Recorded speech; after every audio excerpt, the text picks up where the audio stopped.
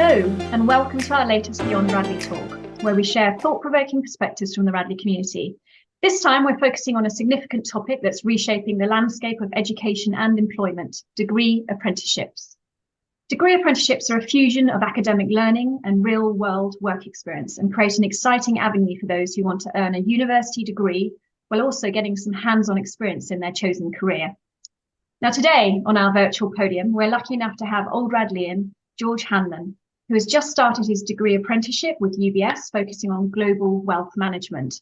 George only left this year and went through the process of applying for his apprenticeship at Radley, so he has very recent experience of the process, and he's going to talk us through things like finding the right course, the application and interview process, and will also provide his top tips for success at the end. Right, that's enough from me. Hi, George, how are you? Thanks for joining us today. Caroline, hi. Thank you very much for having me. That's great.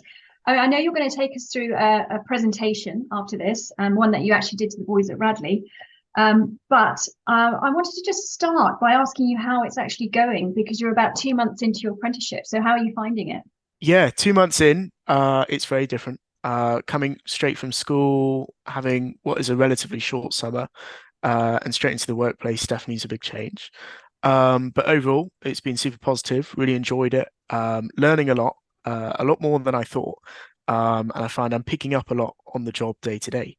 But no, really enjoying it, really starting to hit my stride now, getting used to the sort of working week and working life. Coming out of the transition from like out of school and into work, and now starting to really find it, really starting to become my thing. Okay, that's brilliant. That's really good news. Right, so I'm going to share the screen with the presentation on, Great. and you can walk through that. If you just say next slide when you want me to move to the next slide, Okay, we'll keep the pace going that way. So fantastic. over to you. Cool. So thank you. So yeah, degree apprenticeships. So I gave this presentation, must have been summer term. And obviously since then I've learned a lot. And I've got I feel like I have a much better understanding of degree apprenticeships, and how the sort of structure works. So let's kick off with the first slide. Let's go to the next slide. Here we go. So right, I'll answer these questions first. So what is a degree apprenticeship? Well, basically, pretty much what it says on the tin. You are doing an apprenticeship, and those come in many different forms. But what's significant about this type of apprenticeship is that it's a degree at the same time. So that means you work with your employer and with they call it your education provider. So in my case, it's the University of Exeter, to gain your degree after a set period. So for me, it's 4 years, and I do professional qualifications such as my CISI, which is Introductions to Securities and Investments, and my CFA, so your Chartered Financial Analyst. And those two qualifications constitute enough university credits to constitute a degree. So I get those two qualifications and my degree from Exeter in applied finance, which is a Bachelor of Science, and I get my employment here at UBS. So we'll move on to the next one. Finding the right course for you. So they come in many different shapes and sizes, and different forms. So I'm at a finance-focused degree apprenticeship working at a bank, and other banks do very similar programs. I mean, many of my colleagues at Exeter are at different banks, and we're on the same course. So just to give you an example, Bank of America, I've got friends who are doing the exact same course as me with Exeter, but they're at Bank of America, just down the street. So it's very similar in that respect. But you also have things like design. So I know someone in my year went and did one at Dyson. I'm not too sure how that one works, but I'm sure it's very similar in the sort of structure. And you can have them in all kinds of different professions. And really, the list is endless. And the only way you're going to find it is by searching for it. So if you've got an interest in a field or any sort of type of business, then there's probably an apprenticeship out there for you. Okay, we'll move on to the next question. Can I just ask you a question? What was it Yeah, of that course. made you personally realise that you would want to do a degree apprenticeship rather Yeah, than going on to university? definitely a big factor. Good question. So for me, it was I was starting. I think I started to really focus on degree apprenticeships coming out of 6-1, start of 6-2. And I started to realize that maybe university wasn't for me. My biggest thing is I quite enjoy being busy. I quite enjoy working for something, and having sort of I'm very project led. And I just thought at university I'd feel quite unfulfilled and quite bored almost. So for me, I started looking at alternatives. I knew I wanted a degree. I thought that was important, especially employability later down the line. So that sort of led me to degree apprenticeships, where I realized I could do both at the same time. And it also gave me a huge step up against people in a few years' time coming out of university who'd want to work in finance. I mean, just as an example, I mean, I applied to do history of art at university. I knew I wanted to work in finance, but I didn't have much of an interest in actually studying it, which might not make a whole lot of sense, but it didn't really make much sense to me at the time anyway. um, but I definitely knew by doing this, I would have a leg up on people who were coming out of university 4 years down the line, looking for an entry level role in finance where I'm already 4 years into my career. Yeah, that makes a lot of sense. Thank you. That's all right. So having a good application, that's certainly one of the more important parts, which we'll cover a bit later, and I'll go into more depth. My experience, so I think I'll come into that a bit later, but everybody will have a very personal experience applying for degree apprenticeships. It's not a given if you apply. I know people who have applied to tens and haven't got one. So that's not to dishearten you or make it seem like a big task, because it's not. It's very much doable. But it isn't applying for a job. I mean, and applying for a job is never a guarantee. And some top tips, which we'll get onto at the end. Great. So I think we should. So what are degree apprenticeships? So we'll go to the next slide. So you've got a few different types. So they start at the level 2 and go off to the level 6. Now, the way mine is split up, and this is something I didn't know until I joined UBS, is my degree apprenticeship is it's split basically into two, but advertised as one. So I am currently doing a level 4 apprenticeship, which is higher, so it does not contain a degree, but it allows me to get my CISI, which is a industry qualification, which then allows me to work in a client-facing role at the bank, and that is somewhere that is across the financial sector. So after that, in about a year and a half time, I will be then moving on to my level 6, which I do my CFA, and then in combination with the level 4, that can then constitute a degree. So during the level 6, I'll do my CFA, I'll do more university work, and then that will lead onto my degree at the end of it after the 4-year period. Is that a sort of typical time frame? Do most programs last? Yeah, it really depends. So, I mean, at UBS in wealth management, they've run an apprenticeship program for quite some time. It's only recently become a degree apprenticeship. I think it used to be level 4, and that was 2 years in length. So, for example, my line manager, she herself was an apprentice about 6, 7 years ago, doing her level 4 apprenticeship and still works at the bank.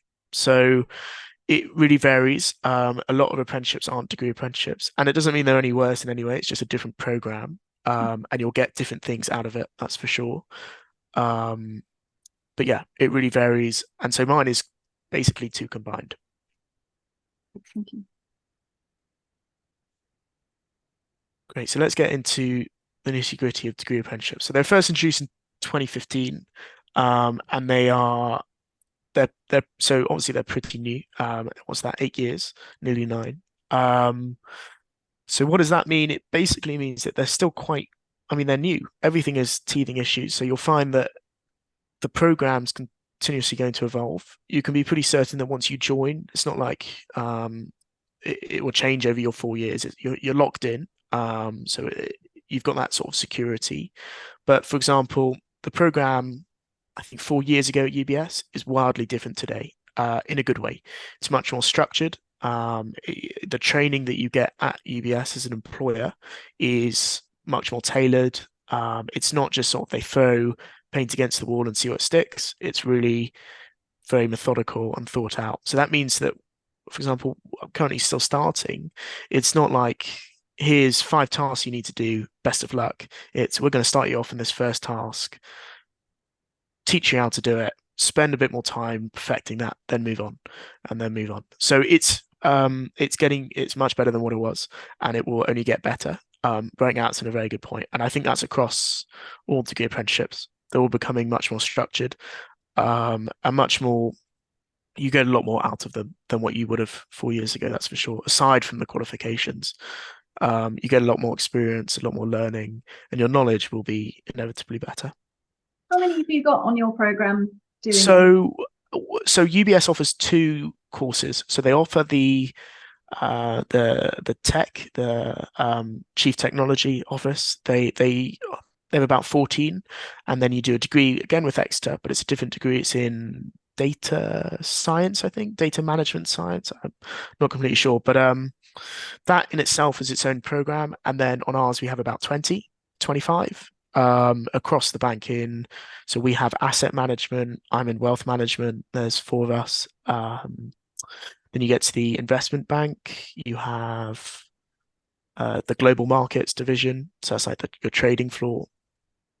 And then you have operations, like HR.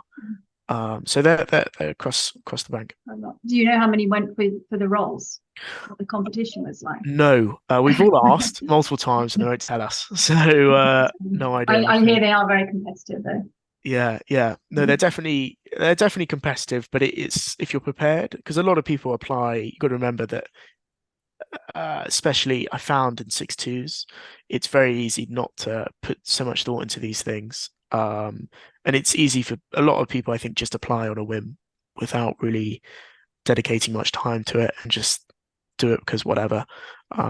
So I'd imagine the amount of candidates which are actually serious about it and really putting time and effort in perfecting their application is it's a considerable number, but it's not as daunting as one might imagine. Cool. So we'll move on to the next salary. The next page. Great. Oh yeah. So here's just an example of the many different types that you can find in. I think I found this on I think it's called Apprentice for You, the website. But this was just an idea of how many different there are. So it gives you an idea of the scope of the different types of industries you can get involved in. Cool. So we'll move on. Finding the right course for you. So there are, here we go, Rate My Apprenticeship, that was it. So there are a few different ones. So there's UCAS, obviously, which you'll all be aware of if you're in 6.1 and 6.2 for universities, but they're now starting to advertise them more and more on there. There's then Rate My Apprenticeships, which is not a central hub for applying like it would be for university. It's just a way that they're listed. And then finally you have Prospects, which is like a job search for any sort of role, and sometimes they're listed on there. But my biggest advice would be is don't stick to what it just tells you. So, for example, Bank of America, because UBS didn't fill all of its places when they took people on for the apprenticeship, they then sold off some of their extra places to other banks. And then so I think Bank of America literally opened their application for a week and then closed it again once they had enough applicants. And they definitely were not listed on any of those. So for me, it was quite literally searching up biggest banks in the UK. So it gave me a list of, say, 15, and then going to each one, typing in degree apprenticeship and seeing if they had one. So I wouldn't rely on these are great. They're really good for finding reviews of the apprenticeships and how people find them. But you want to do your own research. You don't want to just rely on these. Cool. Move on to the next slide. So yeah, so here's an example of how many I applied for. I think this is it. If we move on to the next slide. Oh no, I don't think it is. No, sorry. I think this is just an example of, searching it up and finding what you can find. So the tricky part is finding the right course for you. So you want to make sure it's suited to what you're looking for. And that I think one of the hardest parts is because it's only 8 years old, degree apprenticeships, there's probably, I think Exeter, they said they've had about 600-700 people go through the course. Compare that to how many people have been through even one course at one university, that number is dwarfed. So not a lot of people have done degree apprenticeships, and so you'll find that it's very difficult to find out what it's like, and what the details and that's the tricky part. So, and my best advice to somebody who is really interested is go out and find somebody who's actually done it and talk to them, because that's the best way you're going to find out what you actually do, how it works, what it's like when you're there. You're never going to get that online for the time being. That will probably be a few years down the line when they really start to become more popular. Yeah, Um, no, that's great advice. I have yeah, actually got a question here that sure. one of the boys asked me to share with you. Um, can you pick the degree that you'll be studying, or is it chosen for you by the company? So, well, the answer is no. So the way it works is, so apprenticeships are sponsored by the government. So just in for my case, UBS employed me, and then by employing me as an apprentice, the government will pay to send me to Exeter, to study my degree. So when I say send, I mean be part of the Exeter sort of pipeline. Um, so Exeter and UBS have a special relationship, where they provide the education and UBS is the workplace. Um, now, so for me, I do an applied finance degree. That's what it's called, and that is basically the option there. Now, obviously, if you wanted to study a different degree, you go to a different company. So it's directly linked with the company, and the way it works for an apprenticeship is it's all about learning skills while you're on the job and learning the content. So you'll find they're interlinked completely. So for example, I think next week I have a meeting with my education mentor from Exeter. And then with that, my workplace mentor, who is my line manager, where we're going to talk about the skills that I've learned at UBS and how I can write that up in my apprenticeship. So they're completely interlinked. So when you apply for the job, you're also applying for the degree. And so, for example, when I applied for the job, my application went through UBS on their sort of system, and obviously it was looked at by UBS. But what I didn't realize, it's actually also looked at by Exeter. So they also deemed me a suitable candidate to actually study the course. So that's something to keep in mind. Um, don't let that change how you look and think, oh, maybe I won't get into that because of that. I think it's a very small part of the application. In fact, I think it's completely tiny. But I mean, I did history of art, geography, and drama, but they still deemed me suitable to study economics. So by no means let that change how you may think about the application. But yeah, I think I've Mhm. answered your question. But Definitely, that's great. Thank you. yeah. So yeah, so I know that at Radley, at my time, it's definitely becoming more of a field, becoming more popular. But and I know there's more help that will be on the way. So just to give you the example, when you do your UCAS, and those who have done it will know that your hand is held through the entire thing. It's very difficult to make. I mean, it's impossible to make a mistake. I mean, I and people at Radley are so lucky to have a great admissions, not admissions, sorry, the university department. University admissions are so brilliant. They check your UCAS. I mean, they even check your punctuation and spelling and grammar in your personal statement. I don't think many schools would do that. And they will, and when you finally click send, it actually just sends it to the university office where they then check it before they send it to the actual universities. Now, obviously, that's because it's all on a central system on UCAS, which they have control over. But for a degree apprenticeship, you're applying on the company's website. So you don't have that same barrier, that same safety net, which you would if you were just applying for university. So I think that's something that they're starting to push more, which is great. But it's something to keep in mind that you won't have that same level of support. You're a bit more independent when you apply for the degree apprenticeships. Great. Having a good application. So, work experience is super key. Now, I said this a few months ago. Now, I think I would say the same still, but I now know it's not the be all and end all. So, I know people who are on the same course as me in my cohort who have very little to no work experience. I thought when I applied that it was very important, but I've learned that it still is very important. And if you've got it, that's good. Don't think, it's not as important, don't do it. You absolutely do need it.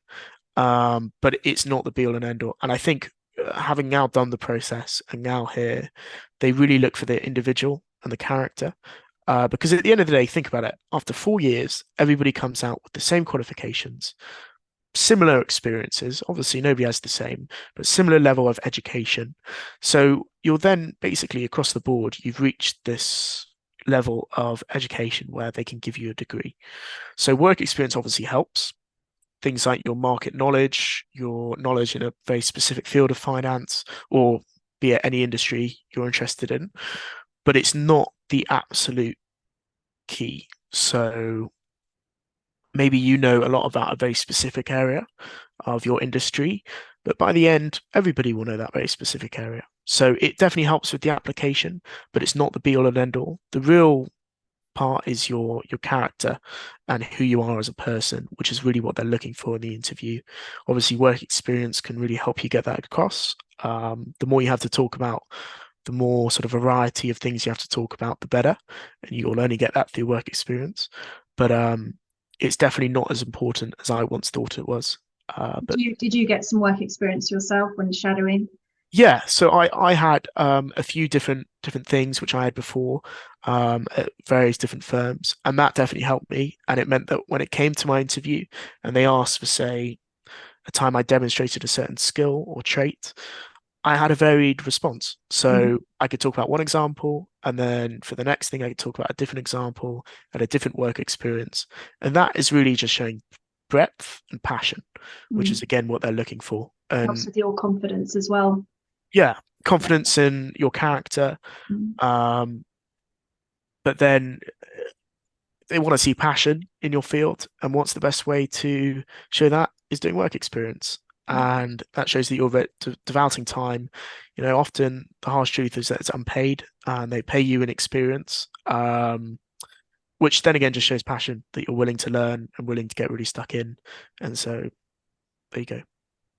So yeah, we'll move on to the next slide. Ask for advice. So I did this at school, I do this now, and I'll do this for the next, well, probably forever, is that remember you're not the smartest person in the room, which is easy to do when you're a Radleian. Um, you are still at school, and so you're not expected to know pretty much anything when it comes to industry. Obviously, A levels, you expect to know something, but so I asked for so much help and from so many different people. And still today, now in my role, I ask multiple questions every hour. I mean, hundreds of questions over a week. And that's because everybody knows that, you don't know much. And asking is good. People love to talk about themselves. They love to talk, give help.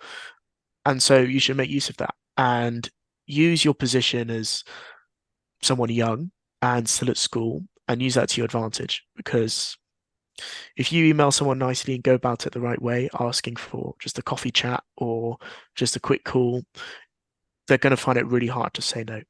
So my advice would be, well, ask for advice. Yeah. And the more you can do that, the more sort of a rounded knowledge you're going to have.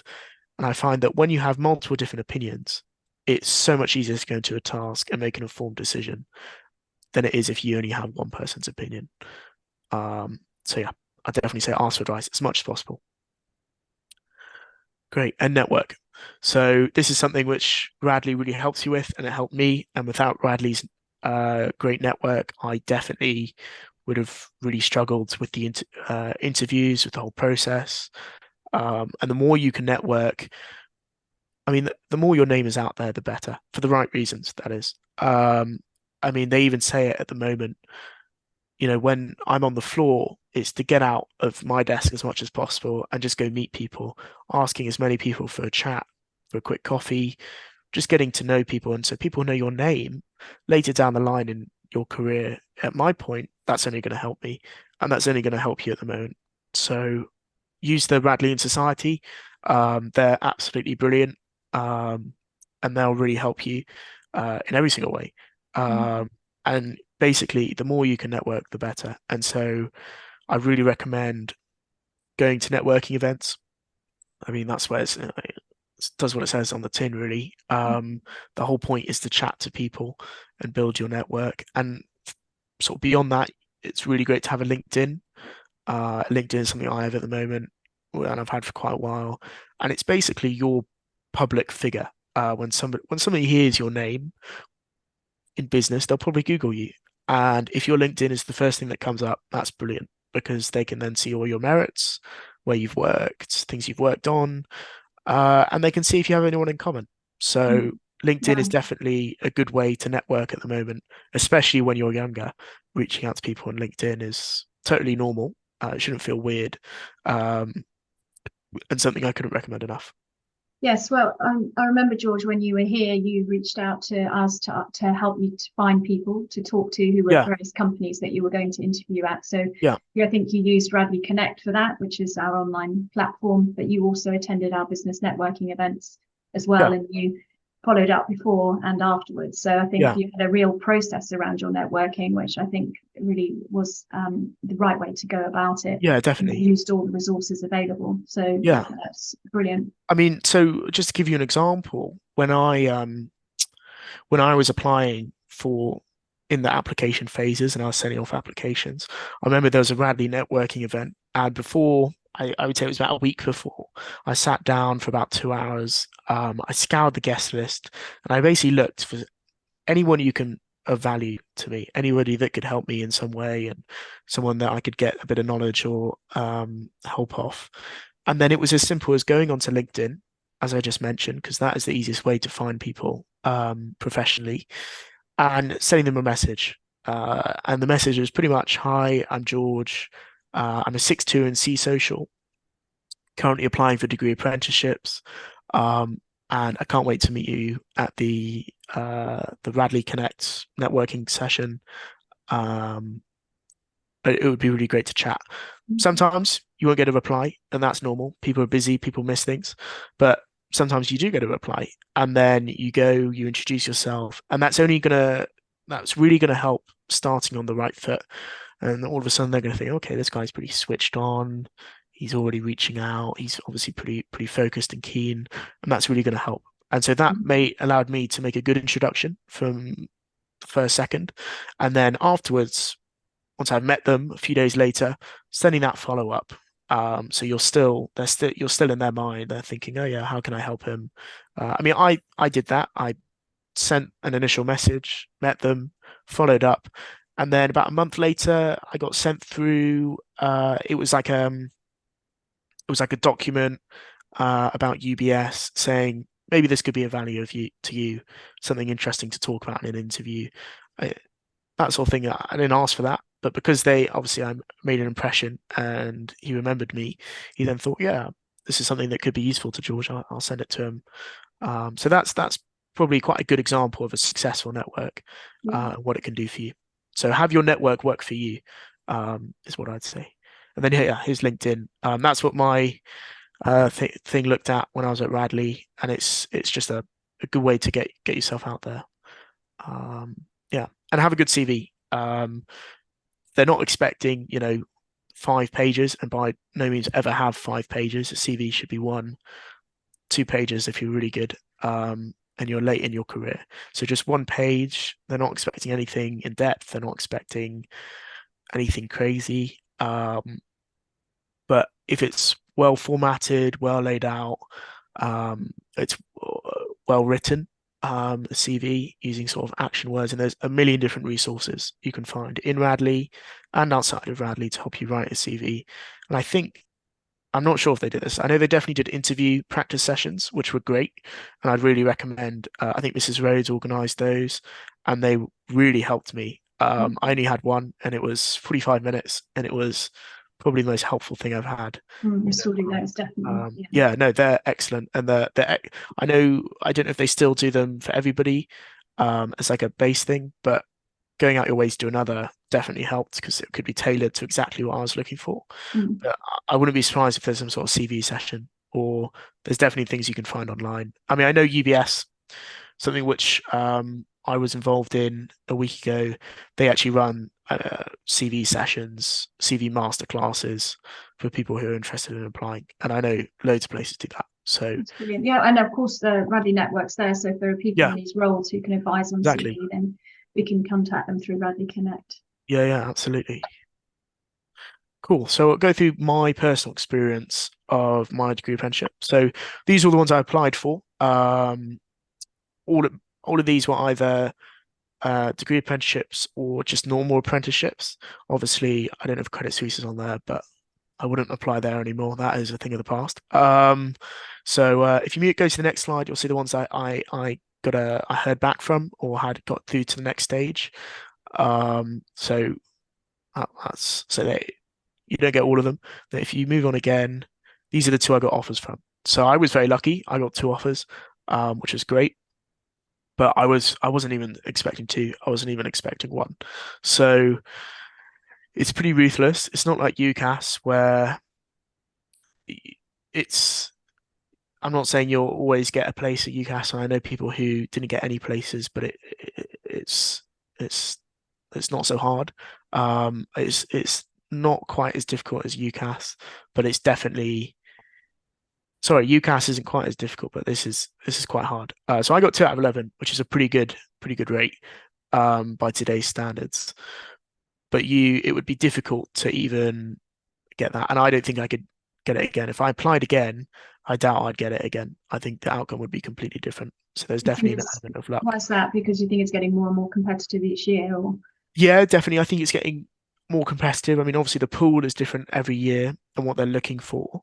Um, but also I think there is an element of luck, and I think it's not a nice thing to say, but I think that's true with any application. And it really depends. I mean, a lot of it's quite personal. So the people who interviewed me are now my line managers. And so obviously part of their thought process is, am I able to work every day and spend, 9 hours a day with this person on and offline?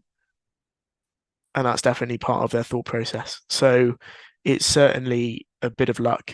And that's a common denominator across any application you're ever going to do. makes sense. Cool. So this is the UBS sort of process I went through.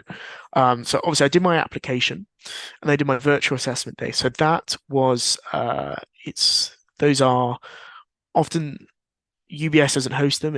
They contract it out to another company who specializes in this, and it's often things like you're doing simulations, and it's all online, and it will be like Stephanie is working on a team, and someone sends her the wrong file. What would you do if you were Stephanie? And then it works through. Normally, it's multiple choice, and you'd say, well, would I report it? Would I send it back? Would I forward it on? And then you select the right one, and then obviously you go through. So that's a pretty easy thing.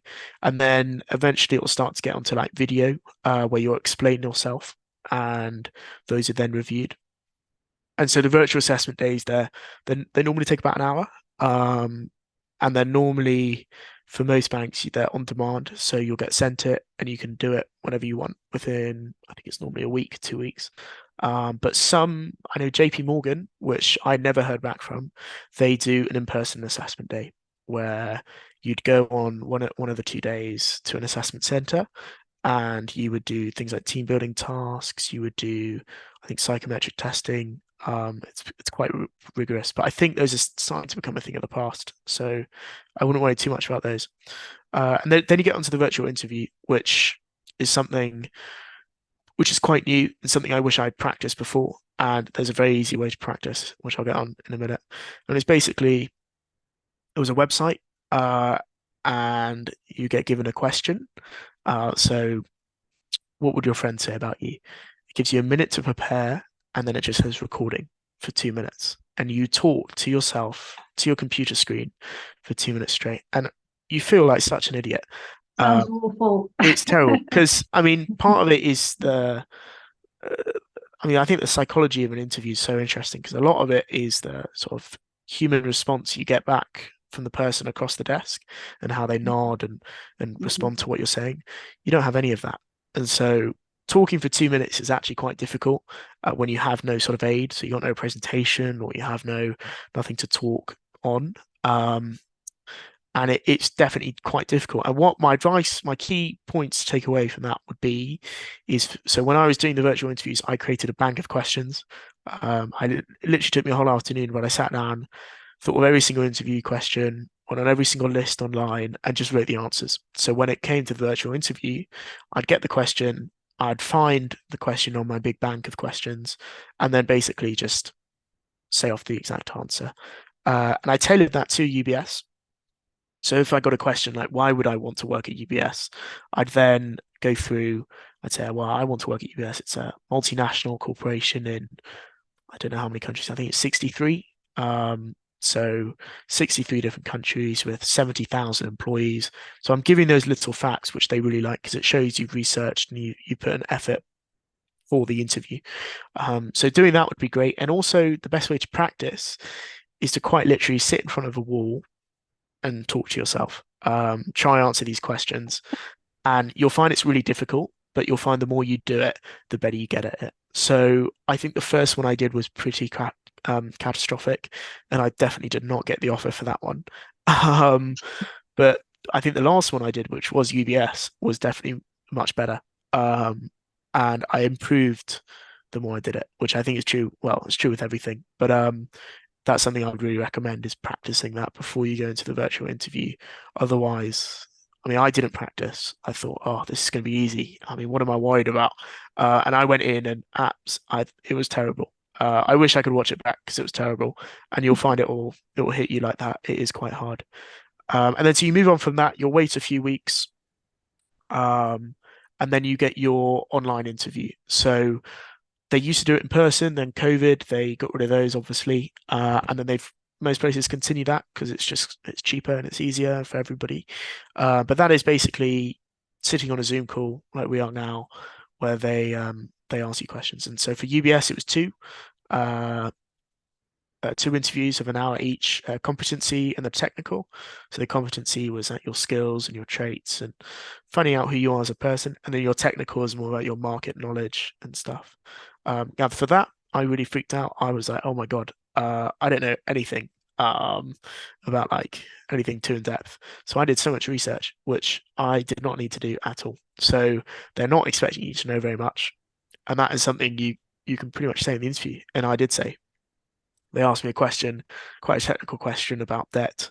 And I said, well, I've got no idea, but this is why I really want to do the apprenticeship because I really want to learn. But this is sort of the idea I would have. So certainly in that respect, it's important to give an opinion. And that's something they're looking for because if they have 20 interviews in a day, if you give an opinion, which you can talk more about, that's brilliant. Don't just give a sort of a description. And yeah, I think that, and then you'll be fine. So don't worry too much about technical. They're not expecting you to know the ins and out of the financial world, but just have something to talk about, have an opinion to give, and basically be confident. They're not expecting you to get it right, and if you got it all right, you're probably not the ideal candidate in that respect. So be confident in what you're saying. And then finally, yeah, got the offer. Which is a really nice feeling, especially after all of that and you've worked so hard. It's great.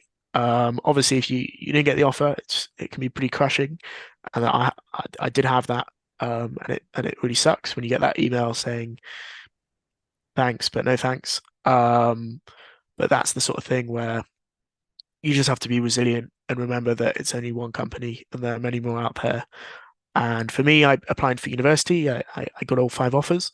And so if things really didn't work out, I was going to take a gap year and try again in the next round. And if it still didn't work out, I was just going to go to university. So I still had that backup. It wasn't like it's this is it. This is do or die. But there was it definitely sucks when you don't get an offer. But that is something which you just have to be resilient and carry on. Keep going. Actually, that segues nicely into one of my other questions that I have. If you want to do an apprenticeship, can you take a gap year? Absolutely. As well, you can. Yeah. So you can take a gap year. You know, it's for school leavers, but school leavers includes gap year. I know people who have even started their first, even second year of university, and then dropped out, thought this still isn't for me, and went and did a degree apprenticeship. Somebody on our course, I think he's about 20, so he's 2 years ahead of me. He took 2 gap years. Um, and yeah, it's certainly, they're not expecting you to be straight out of school. You'll find the applications are quite clunky. So when you apply, it'll ask for things like your GPA, your major, your university, things like that. You just have to put in the closest thing to it. So for university, Radley College, GPA. I mean, for me, I put in my A-level results, so it's still not really designed for degree apprenticeships by that sense. It's still designed for grads. Mm. But that's, the people who are looking at applications, they know that. So I wish somebody told me this when I was applying. I got super fussed about, oh, what do I put as my major? I just put my 3 A levels in the end, and that was the right thing to put. So don't fuss too much about those, because they know that it's not perfect, the application itself, and that's because they just use a template and stick on any title. So that's definitely something to stay conscious of. Brilliant. It's very useful. Thank you. Great. That's right. So yeah, UBS, why it worked out, on reflection, I had a really good network, so I had people to help me. I researched well. I knew a lot about the company, which I could then drop in my technical interview and in my virtual interview.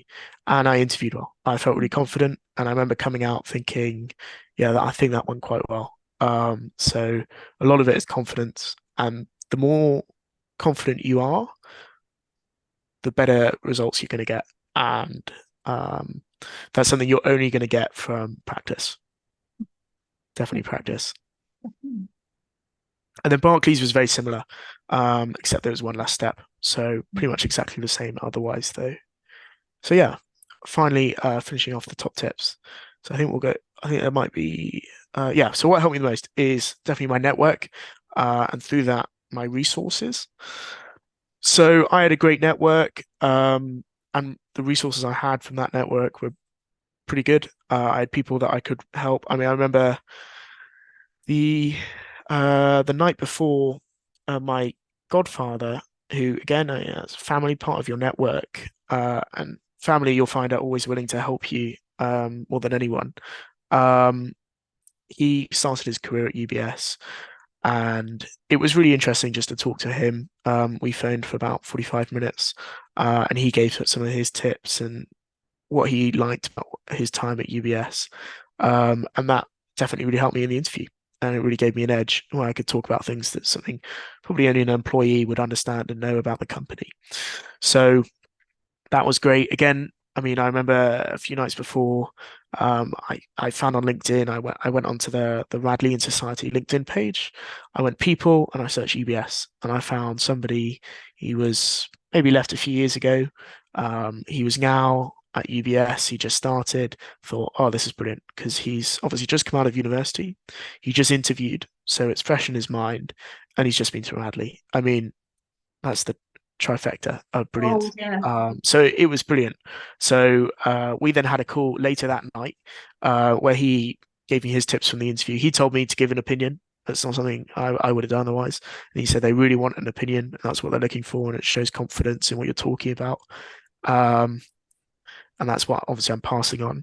And that was probably a huge defining piece of help which I had, which otherwise I don't know if my interview would have been that good.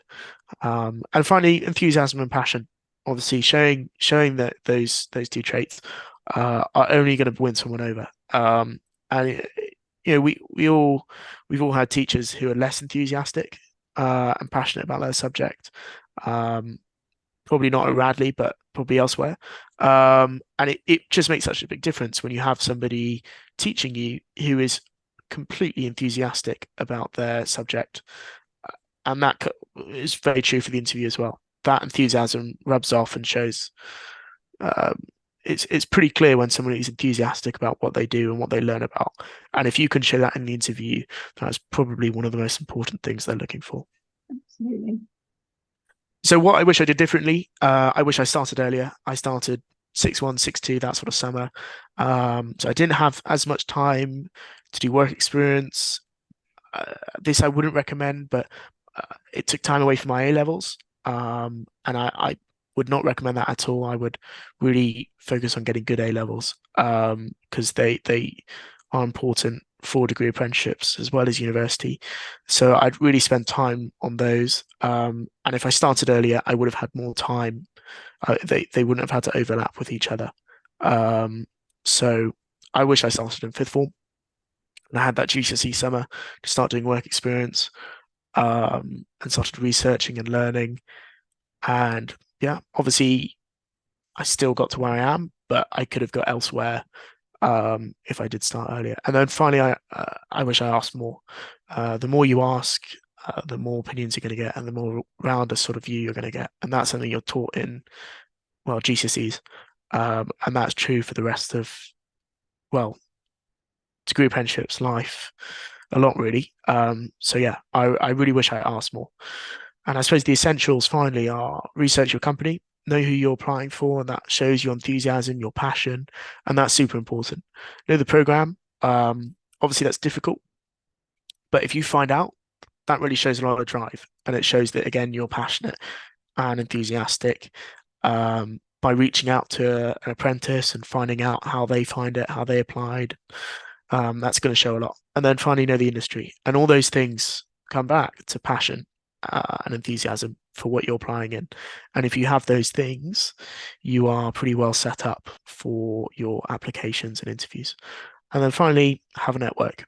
If you have a shoulder to lean on, it's going to make life much easier for you when you apply. Having second opinions, being able to ask questions, having someone with that sort of knowledge and market knowledge is only going to help.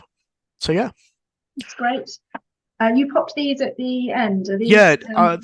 These are, so I think one of them is all about apprenticeships, the one on the left, and then the one on the right was to, I don't know if it's still working now. Maybe it was last year. Where to Mrs. Rhodes' office, to register your interest, so she can touch base with you. I'm not sure if these are still current. So you might need to check those, but yeah. I will do. No, Mrs. Rhodes is there. Have you got time? I know you've got to get somewhere, so have you got time for a couple of questions, or shall we wrap up there? I can do a few, for maybe 5 minutes. I think they're quite quick. So the split between work and study, roughly, is it 50-50? So it's 80-20, work study. So and the way they do that's very simple. We have a day a week at home. Normally it's a Wednesday. For us, it's different for everybody though. Where we do our university work, and that's mandated by the government.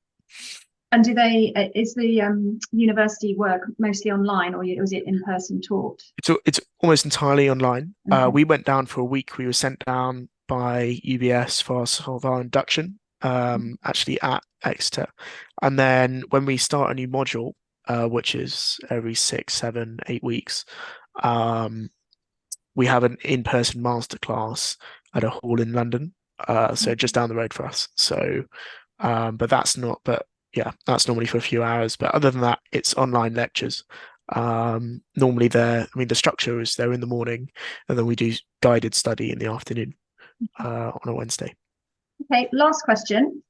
Are you free to leave after you've completed your apprenticeship, or are you bonded to stay with the company for a period of time? It's a good question. Yeah, no, it is.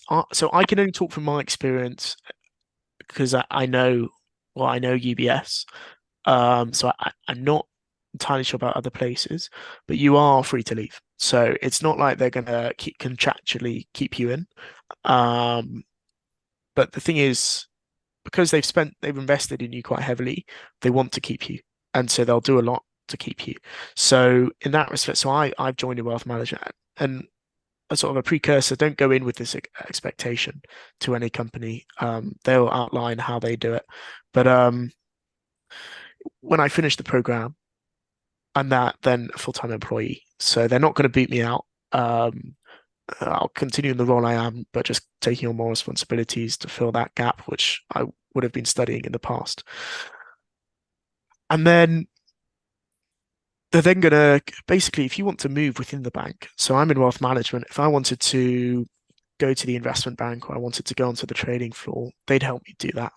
So they'd help me make that move, within the bank. And a sort of an ethos of UBS is they'd every single time they'd rather hire internally than they would externally. And so that's what I think is really great about this company. But I know other banks are similar. Obviously, under other industries, I'm not too sure, but they're keen to keep you because they've invested in you. You've made those relationships. You've learned so much about the company. They want to keep you. But if you did want to leave, they're not saying that you have to. Obviously, you're pretty well set up. You have 4 years of work experience. You're debt free, which gives you a lot of freedom from your own perspective. So you can almost afford to take a bit more risk than, say, someone out of university with loads of debt could. Um, you have brilliant industry-wide qualifications, which anybody else your age will not have because they're all dictated by a certain number of hours working in finance. And you couldn't physically get those if you were actually at university full time. So obviously that's a pretty big point. And you've got 4 years of work experience. I mean, for me, a really good firm. So you're very much employable wherever you want to go. So you could then start looking at roles which are quite senior. So, for example, I could, at the end, if I wanted to, I could leave and come in at a role above, say, a peer who went to university this year, who would then be joining as a graduate analyst. I could go in and join at, say, the associate level, or something similar. So that's definitely a big point. And so it puts you further in your career. So you do have more options at a younger age. Brilliant. Oh, well, George, that was absolutely fascinating. Thank No you. worries. A really good insight into degree apprenticeships. I know That's that okay. boys will use it a lot, and it's also going to be really interesting for parents as well, I think. So we'll probably get in touch with you at the end of your apprenticeship. I'm sure we'll talk to you Yeah, about that definitely. and just find out how it all went to get an update on it. But Yeah, that's brilliant. Thank you so much. sure. And Great, no thank you, worries. and thanks to everyone who's kind of listening in on this, or when you do watch it. We do have another Beyond Radley talk this term, so look out for our events newsletter for an update on that. And thanks again. Bye bye.